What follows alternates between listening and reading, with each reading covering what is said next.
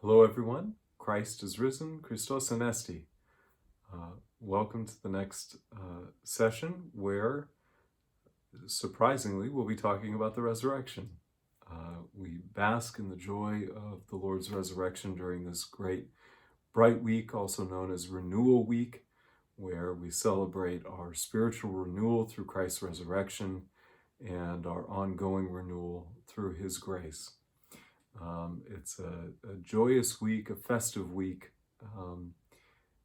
both spiritually as well as among our families. So it's a great joy to be able to talk with you about the resurrection one more time this week. What we'll be looking at is we'll be talking about Christ's appearances in His resurrection this week, and then all of the times that He appeared to His disciples, His followers after His resurrection. And then in the following weeks, we'll be talking about our own resurrection through baptism. What is baptism? How we die and rise with Christ in baptism, and talking even down to some of the basics of the actual ritual of the sacrament of baptism, the baptismal liturgy, and why we do some of the things that we do during the service itself. We'll be departing somewhat during these sessions from the living God, only because it covers some of this but not all of it, and so you'll see us bounce around a little bit as we go forward, not only with some of the fathers of the church but also some more modern authors. As we start talking about baptism, we'll start talking some about the teaching of Father Alexander Schmemann, Metropolitan Hierotheos of Nefpaktos, and some of the other modern theologians as well. I want to make one comment. Over the course of the last several weeks, and especially during Holy Week and Pascha, it was a true blessing to be able to see the way that so many of the families connected with our celebrations and were spiritually uniting themselves to the celebrations in the church and the liturgical services. It was really a blessing and inspiring to see the way that people united themselves in that way. At the same time, there were certainly certain moments where it was, it was sad, right? I found myself repeatedly, when I would be at the chant stand, looking over on my left towards the door where everybody would be coming in normally, and just reflexively looking there, trying to see if somebody was coming in. Even though I knew intellectually that wasn't going to happen, right? That's not happening right now. And so you were all, in that sense, very much missed.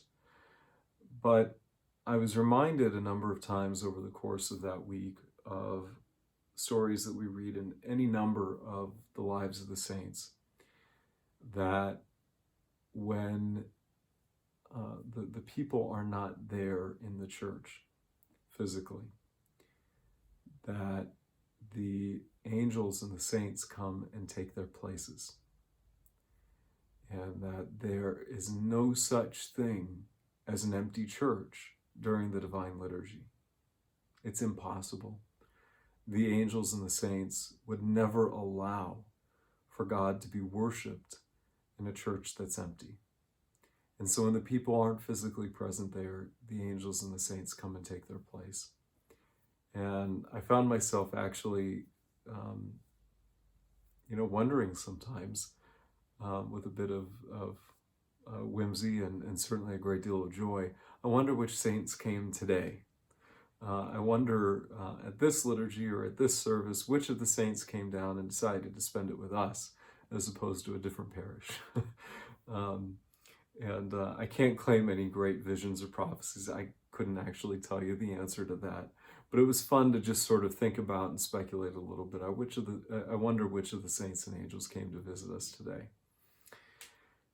At the same time, you weren't really absent. There's many stories of people, for example, a monk or a nun who's given the obedience that they're to, say, be in the kitchen cooking the meal, and so aren't able to be at the full liturgy themselves. And the priest would later see them later in the day, and they would make some comment, the monk or the nun would make some comment about how they were sorry that they had to miss the liturgy. And the priest would say, "What do you mean? I saw you there. When I came to your stall, you were standing there and I sensed you." And at the same time, the priest might go to somebody else who was there and say, "Where were you? I didn't see you at liturgy today." "Well, what do you mean? I was there." "No, when I passed your stall, you weren't standing there and there was no one to sense." And the point was this: where their hearts were, that's where they were. So the person who wanted to be in the liturgy desperately, but was given the obedience and humbly accepted it to not be there, their heart made it such that they were there spiritually, and they received all the grace as if they were there. At the same time, the person standing there, who was allowed to be there, had their mind wandering somewhere else, right? Their heart was somewhere else. They were troubled and worried and thinking about some other thing other than the service that they were in. And as a result, when the priest came by to sense, he didn't even see them there, right? So we can take a great deal of comfort in that when we're at home and not able to be at one of the services, but our hearts are there, standing there before the icons and the altar and praising and worshiping God, that in God's eyes we are there. We are. And there's a great deal of grace available in that. It's also, of course, a reminder for those of us who are there, and when the time comes that all of us can be there, that just because we're standing there doesn't necessarily get us all the way across the line, right? We also have to have our hearts and our minds present and participating and engaged in the prayer and in the worship in order to gain benefit from it. Which can be a great deal of ascetic effort in its own right when we're there. Anyway, it's all a long way of saying, as much as we couldn't be physically present, spiritually, we were all united in worshiping our great, glorious Savior, his crucifixion and his resurrection. With that, why don't we turn to talking about Christ's resurrection? The accounts of the resurrection were written by the four evangelists between the years roughly 50 and 100 AD. It's generally thought these days that based on the best scholarship, that Mark wrote his gospel first, likely followed by Matthew and then Luke, and then John was the last.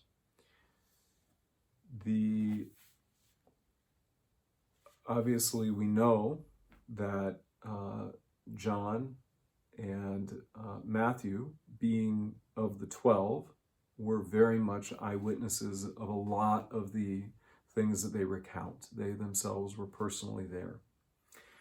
But you also see, it's fascinating that, Mark was a disciple of St. Peter.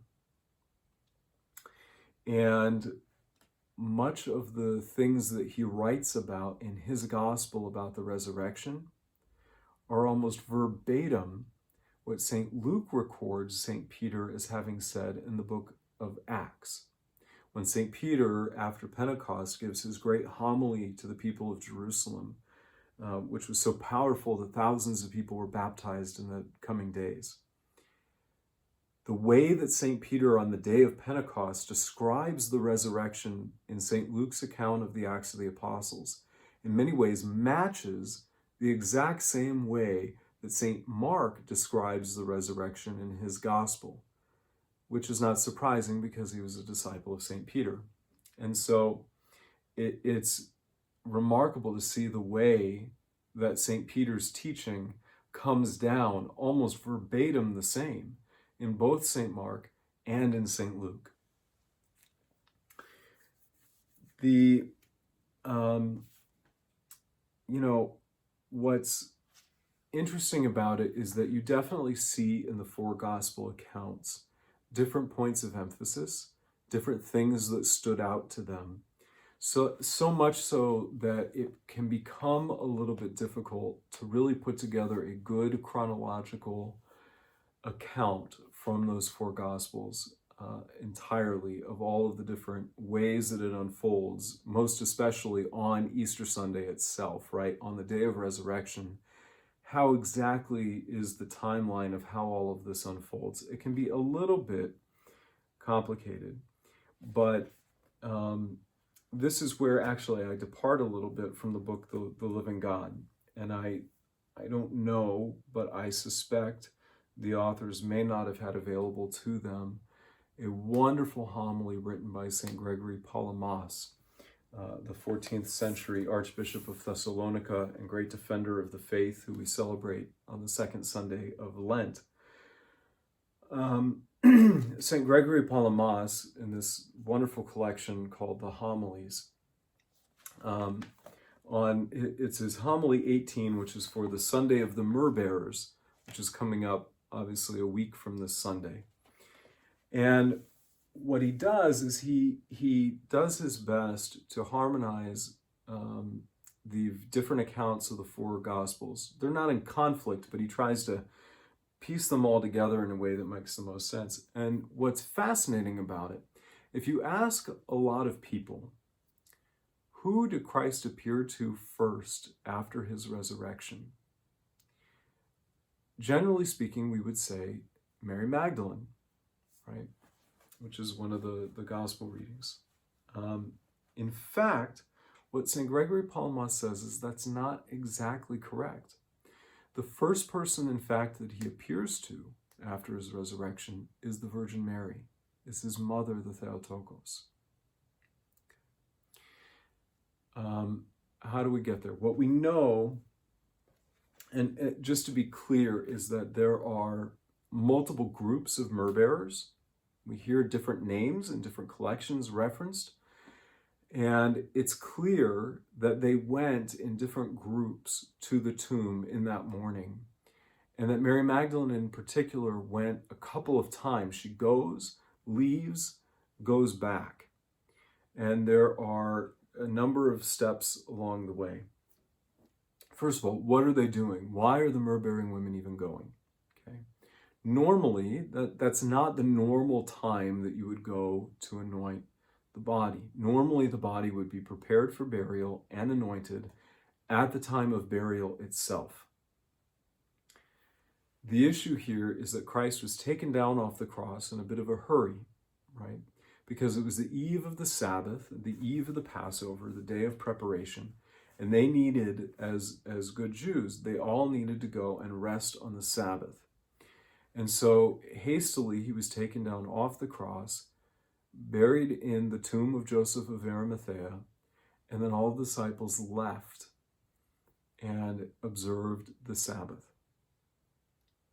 It's then after the Sabbath, as early as they can on the next day, the first day of the week, Sunday, that the myrrh-bearing women then decide they're going to go back to the tomb and finish anointing and preparing Christ's body for burial.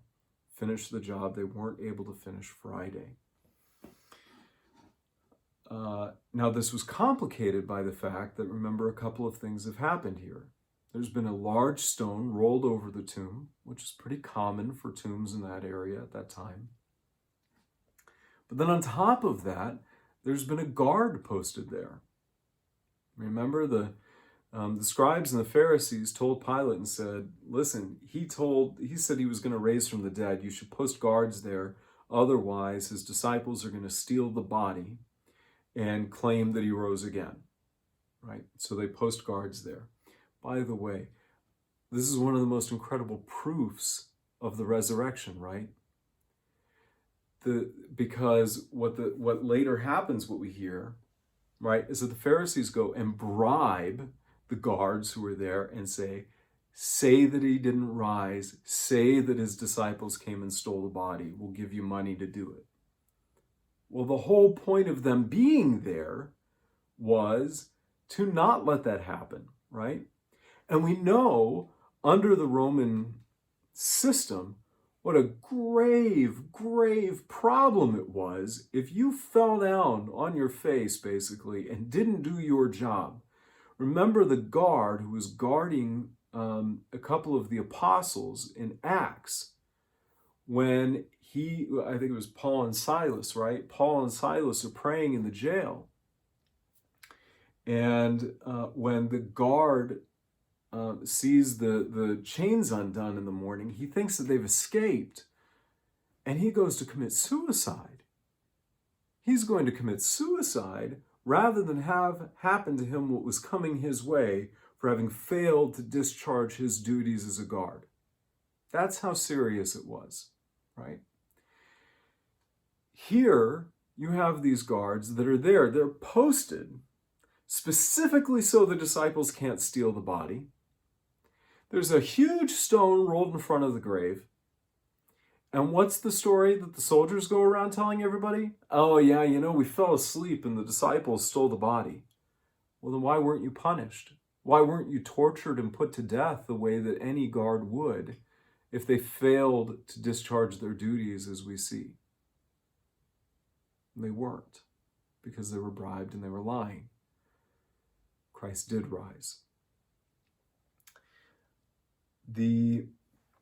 What Saint Gregory Palamas points out, first of all, he says, well, wait a minute. If what the Gospels are telling us is that Mary, the Virgin Mary, was the first to witness the resurrected Lord, why isn't that more clearly spelled out in the Gospels? That seems like a pretty important point.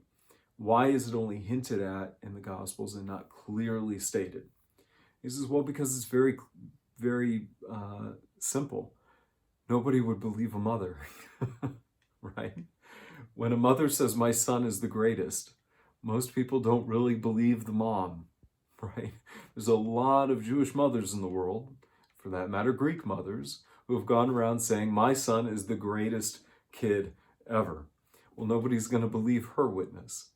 And so it's sort of glossed over, hinted at, and not stated very, very clearly and openly, because making his mom the main witness is not a very, it doesn't build a lot of confidence, right? Or as he puts it, lest they give unbelievers grounds for suspicion, right? Oh, really? His mom is the one? We're a little suspicious now.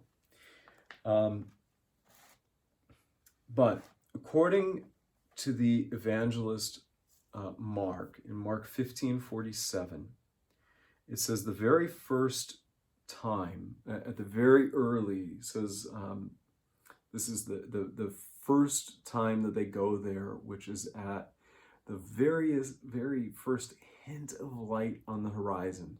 So really we're talking about somewhere around probably 3:34 a.m., somewhere in that time period.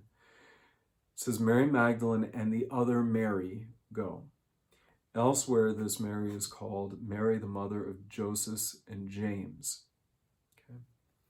Well, those are the sons of Joseph the betrothed from his original marriage. Okay.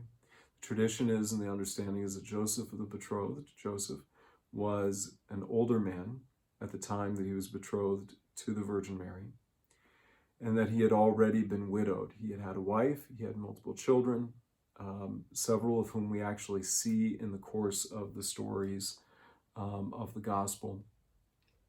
And in the end, his wife dies, he's widowed, and eventually he's betrothed to the Virgin Mary. Two of his sons were James, right, who calls himself the brother of the Lord, who wrote one of the letters in the New Testament, as well as Joseph. Again, she's called that because all of the disciples of the time would have clearly understood who that was referring to, because they probably, well, James was very well known, although he'd, I think, been martyred by the time that the gospel was being written. but maybe Joseph was alive. If not, certainly they were all well known and very prominent figures, James having been the first bishop of Jerusalem. So it says that they were there watching, and they wondered to themselves, what's going to happen. And so they go to the sepulcher, and it says, behold, there was a great earthquake. Right? This is from Matthew 28. Behold, there was a great earthquake, for the angel of the Lord descended from heaven and came and rolled back the stone from the door of the sepulcher and sat upon it. Right? His countenance was like lightning, and his raiment white as snow. And for fear of him, the keepers did shake and became as dead men. So initially, when Mary Magdalene and the other Mary, meaning the Panagia, go to the tomb, the guards were still awake, and the stone is still over the sepulcher. There's this earthquake. The angel comes, rolls the stone away, and the guards essentially faint, right, for fear. All the other accounts of various women, including Mary Magdalene going, talk about them getting there after the stone was already rolled back, right? And the angel's already sitting on top of the stone. The Virgin Mary, and initially Mary Magdalene, though, are there when the stone gets rolled away the first time, right? And what does it tell us is that Mary Magdalene was afraid, and she runs back to go and tell Peter and John and the other disciples that she says basically that she's afraid, right? And that they've taken him, right? Initially, she doesn't yet understand that there's a resurrection. She's just saying, I think he's been taken. And that's when, it's at that time that Peter and John run to the tomb. And I love this part that John puts in there, that because he was younger, he got there first, but then out of respect waited and let Peter go in first. I guess as a runner, I can totally appreciate the point that you do have to sort of slip in there. When you beat the other guy, you kind of have to put that in there. Make sure that there's no question about it. I was faster and I got there first. Because it says, Mary Magdalene ran and went to Simon Peter and the other disciple whom Jesus loved and said to them, they've taken away the Lord out of the sepulcher, and we know not where they've laid him. Right? Now, if he had already appeared to her and had the conversation with her, she wouldn't have said it that way, right? So clearly what happens is the earthquake happens. Mary Magdalene runs back to the 12 and says the 11 and says they've taken him. But the other Mary, in other words, the Panagia, stays, right? Then it's only after that Peter and John have gone in there. They've seen the grave clothes, and it's clear. Peter, it says, went into the tomb. He saw the linen clothes lying and the napkin which had been on his head, not lying with the linen cloths, but rolled up in a place by itself. They were very pensive, but John says basically he'd already started to guess the truth, that Christ had risen. After Peter and John had gone away from the empty tomb, it's then that Mary comes back. Mary Magdalene, comes back. Let me pause there, though. Who was the angel who came and rolled the stone away? And after Mary Magdalene had left, then proclaims the good news of Christ's resurrection to the Virgin Mary. St. Gregory Palamas says it must clearly have been Gabriel. In the same way that Gabriel came to announce to Mary the good news of Christ's incarnation, of his coming, he also returns then and announces to her the good news of the resurrection of Christ. And in fact,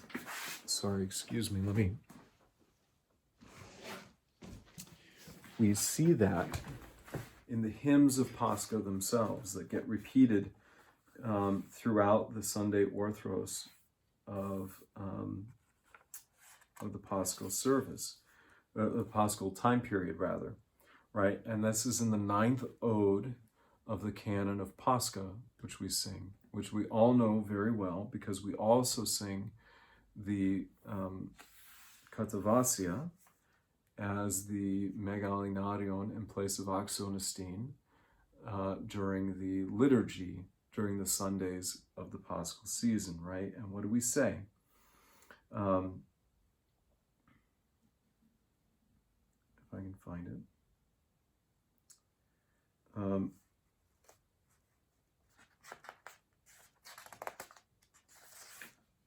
Oh, here it is. I'm sorry. The angel cried unto her that is full of grace, O pure Virgin, rejoice. And again I say rejoice, for thy Son hath risen from the grave on the 3rd day. Shine, shine, O New Jerusalem, for the glory of the Lord is risen upon you. Dance now and be glad, O Zion, and do you exult, O pure Theotokos, in the arising of him whom you did bear. The angel cried unto her that is full of grace, O pure Virgin, rejoice. The liturgy actually bears out what St. Gregory Palamas is saying. The angel cries out to the Virgin Mary, your Son is risen from the grave. What is this referring to?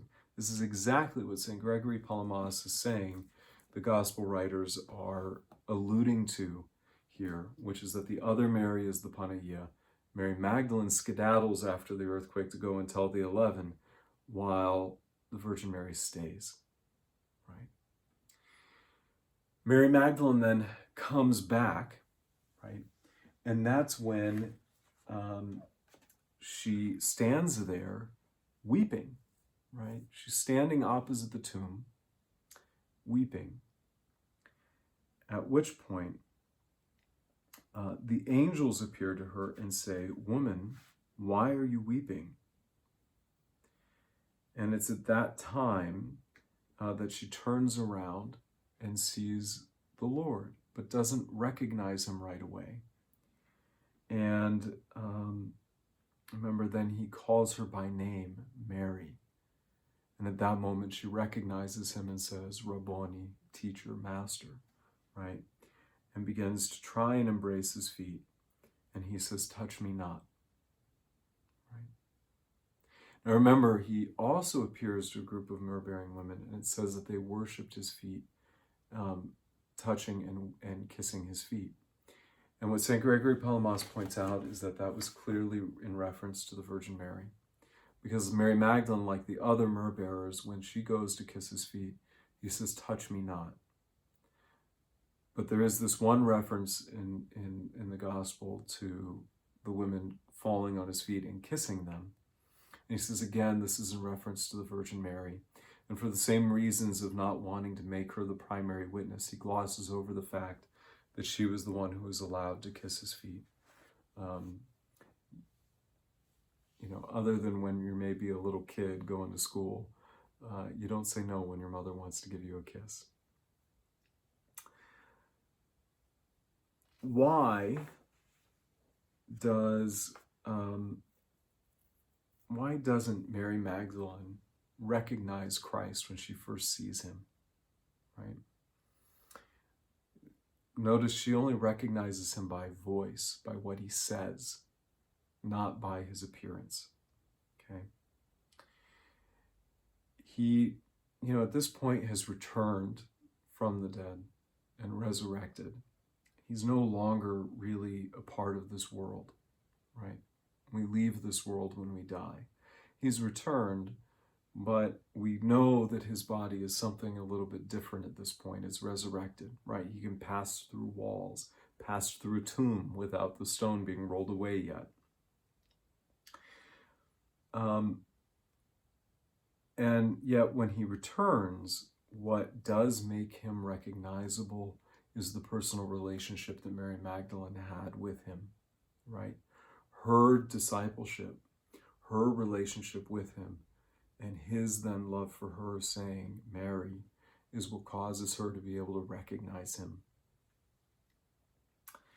Now, A little later that day, there's another appearance, right? And again, they don't entirely recognize him. There are two disciples that are walking along the road. One of them was named Cleopas.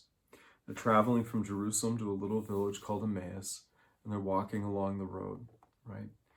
And Christ ends up walking along with them. And he said they were discussing all about what has gone on, his arrest, his crucifixion, all the things that have been happening, and then, of course, the fact that now the women are coming back saying he's risen from the dead. So they're discussing these things, and Christ comes up alongside of them and says, "What are you talking about?" And they said, "Are you the only one who doesn't know what we're talking about?" And it says at this point, Christ then says to them that basically, did you not know that this was exactly what was supposed to happen?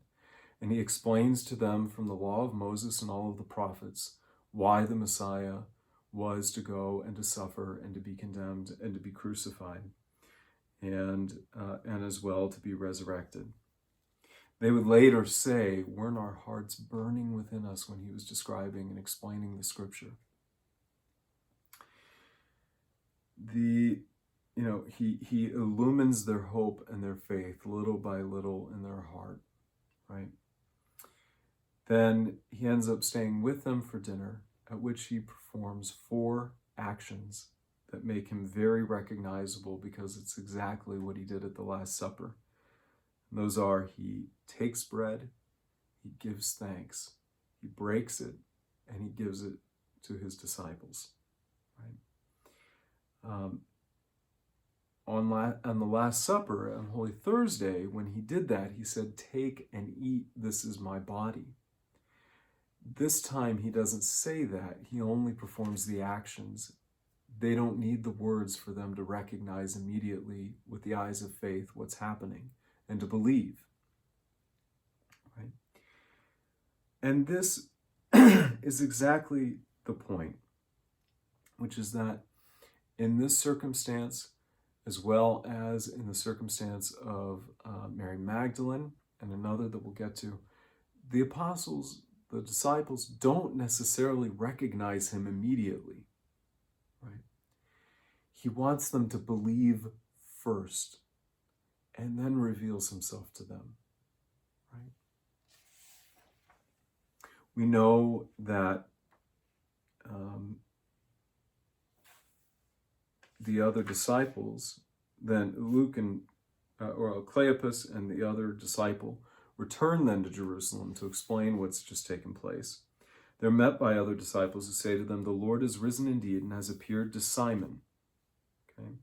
Similarly, in 1 Corinthians, St. Paul refers to the fact that Jesus was raised on the 3rd day in accordance with the scriptures, and he appeared to Cephas, which was Peter's name in Aramaic, and then to the 12. So clearly at some point during Sunday, Christ appears to Simon Peter. Then we know that night, which is the gospel reading of Agape Vespers, he appears to the 11 actually 10, right? Because Thomas isn't there.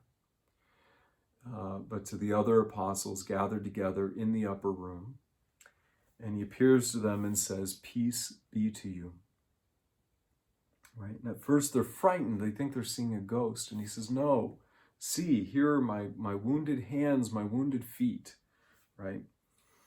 He even takes some broiled fish and honeycomb and ate it just to prove to them that, in fact, no, it's me. I'm alive. I'm not a ghost. Right? It says, then the disciples were glad when they saw the Lord. I think it's that same joy that we experience that first time when Father comes out, right? Come receive the light. And we begin singing Christos Anesti the first time. It's a little taste of that same joy, I think, that the apostles had that night when they finally realized that the Lord really has risen. And then he entrusts them with a mission, which is the forgiveness of sins, right? He says, "As the Father has sent me, even so I send you." And what does he do? He promises to send them the Holy Spirit, And even more explicitly, St. John says that he breathes on them and says, receive the Holy Spirit. If you forgive the sins of any, they are forgiven. If you retain the sins of any, they are retained. Right? It's the gift of peace. It's the corporal aspect of his appearance, the fact that he proves I have a body. Right? He entrusts the apostles with their mission and promises them the Spirit. And so the accounts of both John and Luke match up very clearly in all of these details, right? We then know that 8 days later, they're still there in the upper room, still gathered out of fear, but Thomas is there again, and Christ appears now to all of them with Thomas. Again, allows Thomas to put his hands into his, fingers into his hands, into his side, and to prove, yes, it's really me, right? And what does St. Thomas say? Thomas responds and cries out, my Lord and my God. This is a shocking statement. No pious Jew would say such a thing, right? The name of God was sacred. You wouldn't even say his name. And yet when Thomas sees Christ resurrected, he says and declares the most absolutely definitive statement of Christ's divinity, right? My Lord and my God. Jesus does not rebuke him and dispute anything that Thomas has said, right? This is contrary, by the way, to teachings of the Arians of old and the Arians of today, such as Jehovah's Witnesses. Christ says instead, have you believed because you have seen me? Blessed are those who have not seen and yet believe, right? To believe is to recognize Jesus as God. And if those of us who have not seen with our physical eyes the risen Jesus believe in him as God, we will be eternally blessed. The angel instructs the women at one point, go tell his disciples, this is earlier, right, on the first day, go tell his disciples and Peter that he is going before you to Galilee. There you will see him as he told you. So at some point in this, after the appearance to all 11 of them on the 8th day, they go into Galilee, which is in northern Israel. And at one point, 7 of them are fishing. Read about this in John 21. We know that it was Simon. It was Simon, Peter, Thomas, Nathaniel, James, John, and 2 others that aren't named at that point. They've been fishing, which is what they do, right? It's what they know best. They go back to fishing. It's sort of a reminder, I guess, again, that sometimes even no matter what amazing things happen to us, until we're really enlightened with the Holy Spirit, we sometimes just default to what we know, right? All of these things happen, and so what do? They go back to Galilee and they go back fishing. Jesus appears on the shore. It says, have you caught anything? And they say, no. And he says, cast your nets on the other side. And they do. And when they lift it up, they can't really lift it. The net is so full of fish, right? St. John actually points out specifically that it was 153 fish, which actually was an important number because in ancient philosophy of the time, the number 153 was sort of code for the fullest, most complete round number that you could have. And so the fact that it was 153 fish was not just a mere sort of detail. It was a clear message from Christ to the disciples about the fullness of what they would catch. And what is it that they are going to catch? But remember, I mean, this is the beauty of this, is that they recognize him because what is the miracle? They're fishing all day, or fishing all night. They haven't caught anything. Christ says, cast your net over there. They do, and they get a huge haul of fish. That should ring some bells. That's exactly what he did when he called Peter and Andrew, James and John as fishermen. At the very beginning of the gospel, that's exactly what he has them do. And they leave their nets and follow after him. So now in his resurrection, They're fishing again, and he performs basically the same miracle. And it's then that they recognize it's him, right? And this great miracle. They eat fish and bread, and interestingly, what does it specifically say? Jesus took the bread and gave it to them, right? These words that make it very clear he was celebrating the Eucharistic meal, right? There's a dialogue then that happens between Christ and Peter. This is Peter who has denied Christ 3 times. And Christ asks him, "Simon, son of John, do you love me more than these?" Right? Notice that Christ does not call him Peter, the name that he gave him and called him by for some time now. Peter, which means rock, right? Just the fact that he addresses him as Simon without the name Peter is a certain rebuke and a reminder of the inconstancy, right? The not rock-like faith that Peter exhibited during Christ's crucifixion. Peter says, "Yes, Lord, you know that I love you." Christ says, "Feed my lambs." Second time, "Simon, son of John, do you love me?" "Yes, Lord, you know that I love you. Tend my sheep." And then a third time, "Simon, son of John, do you love me?" And it's at this point, Simon says, was deeply hurt, right? Peter was deeply hurt. And it's because at this point he realizes what's happening. Why has Christ asked me 3 times? It's because I denied him 3 times, right? And he says, "Lord, you know everything. You know that I love you." Christ says again, "Feed my sheep." Right? This triple affirmation of love reverses the triple renunciation that took place right before Christ's crucifixion. By charging Peter to feed my sheep, Jesus has once again affirmed him to be a rock of faith, right? Peter. It's interesting that then Christ says to him, "When you are old, you will stretch out your hands, and another will gird you and carry you where you do not wish to go." Tradition tells us that in AD 67, Peter was led to the Roman Colosseum and crucified upside down with his arms outstretched. Right? Exactly as Christ had prophesied. John also points out, in the dialogue, Peter asks and points at John and says, "What about him?" So John's subtle way of saying, "I overheard this conversation," right? He's subtly pointing out he was there and heard this and is an eyewitness to what took place. We know that in Matthew and Mark, Christ appears again to the disciples in Galilee, during which time Jesus says to them, "All authority in heaven and on earth has been given to me. Go, therefore, and make disciples of all nations." Right? Mark adds, "Go into all the world, preach the gospel to the whole creation. He who believes and is baptized will be saved."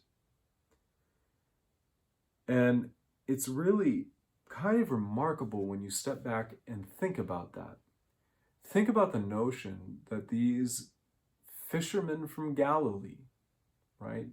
Even after everything that they've seen and experienced and done, what do? They go back to Galilee and start fishing.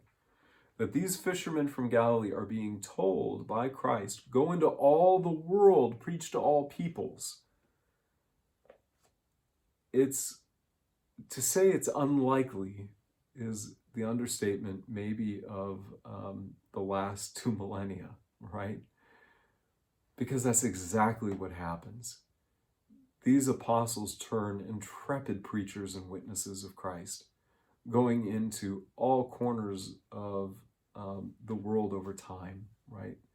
They themselves didn't hit every single area, although we know they traveled extensively. We know St. Thomas, for example, made his way to both Ethiopia and India, and so many other places. But their disciples would over time take the message of Christ from Japan to Alaska to Norway to Patagonia to South Africa, and everywhere in between. It's really, truly a miracle of history when you look at it. We know that St. Paul references the fact in 1 Corinthians 15 that Christ at one point appears to more than 500 disciples in Galilee. Then we hear later, again in St. Paul's first epistle to the Corinthians, that Christ appears to the Apostle James. Brief reference that St. Paul makes there. And then finally, 40 days after his resurrection, Jesus appears to his disciples for the last time and leads them to Bethany, which, remember, we talked about last time was just a little bit outside Jerusalem. And this is where he ascends to heaven and where he is taken up in his ascension, which we'll talk about a lot more about in another session. It's a basic outline of the various appearances to Christ over the course of the 40 days after his resurrection.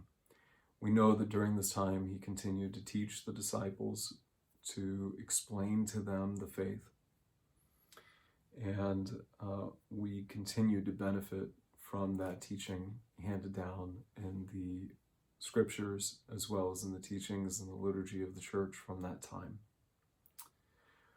One question that sometimes gets raised is, wait a minute, he died on Friday, resurrects Sunday morning. How is that 3 days? Right. Well, there's two ways of looking at this. Right. The first is that in ancient times, time was told and reckoned a little bit differently than we do today. Remember, he dies on Friday, right? That would be the first day. Then later that evening is Saturday. He's placed in the tomb late on Friday. That evening becomes Saturday. Saturday goes until the following evening, at which point it's Sunday. He rises on the third day, if you reckon Friday, Saturday, and then Sunday, okay? Secondly, particularly if you want to go with 3 days and 3 nights, which is the sign of Jonah, right? Well, what happens when Christ is crucified? Right? If darkness and light make for a complete day, right? It says as soon as he's crucified, the sun was darkened, right? And then shortly thereafter, the light came back. That's 1 day, right? Then you have Friday evening into Saturday, which is another day, and then Saturday evening into Sunday, 3 days. There are 3 nights in there and 3 days. The sun darkening and relightening creates its own sort of day, because if you read in Genesis, right, what does it say? The darkness was called night and the light was called day. The darkness followed by light is a day, okay? So the sun darkening and then relighting becomes 1 day. Again, it's Friday evening into Saturday is the second day, and then Saturday evening into Sunday, the third day. You have 3 nights and 3 days. And so that's how you can reckon, just in a plain chronological way of telling time at that time, the third day. But you also get the 3 days and 3 nights of the sign of Jonah. So with that, I hope that helps. I hope that helps in terms of just understanding a little bit of the chronology, as well as to understand some of the hymns of the church, and specifically why we sing that great hymn, right? The great hymn, the angel cry to her that is full of grace, right? Why are we singing that when we don't really understand that? Well, it's because, in fact, the angel did appear to the Virgin Mary and announce the resurrection to her first. The gospel writers are just being veiled about that in the way that they describe it. Like I said, next time we'll talk now about the meaning of the resurrection for us as we experience it in the sacrament of baptism, and start beginning probably a little bit of a discussion of the actual service and sacrament of baptism itself. And then we'll proceed from there. I should say once again, if you ever have any questions about any of the things that we're talking about in these talks, please feel free to leave a comment in the YouTube comment section on the video. I do go back and check those periodically. So if you have a question, by all means, feel free to post it there. Or, as always, you can shoot me an email, call me, shoot me a text, whatever makes the most sense. I'm not going to simply say my email address and my phone number in a YouTube video that's open to the public, but most of you have it. And if you don't, you can certainly contact the church office and get it from them, or any number of other ways of getting in touch. I'm not that hard to find. Why don't we end then with the Ikos of Paschal Matins, which is a great hymn to the resurrection, as well as a reference to the myrrh bearers. The myrrh-bearing maidens anticipated the dawn, seeking, as it were, day, the sun who was before the sun, and who had set in the tomb. And they cried out one to another, O friends, come let us anoint with sweet-smelling spices the life-bearing and buried body, even that flesh which raises fallen Adam, who lies in the grave. Let us go hence, let us make haste like the wise men, and let us adore and offer before him myrrh as it were a gift to him, who is no longer wrapped in swaddling bands, but in a winding sheet. And let us make lamentation and cry aloud in exclamation, Arise, O Master, you who do grant resurrection to the fallen. Christ risen from the dead, trampling down death by death, and upon those in the tombs bestowing life. Truly the Lord is risen. Amen.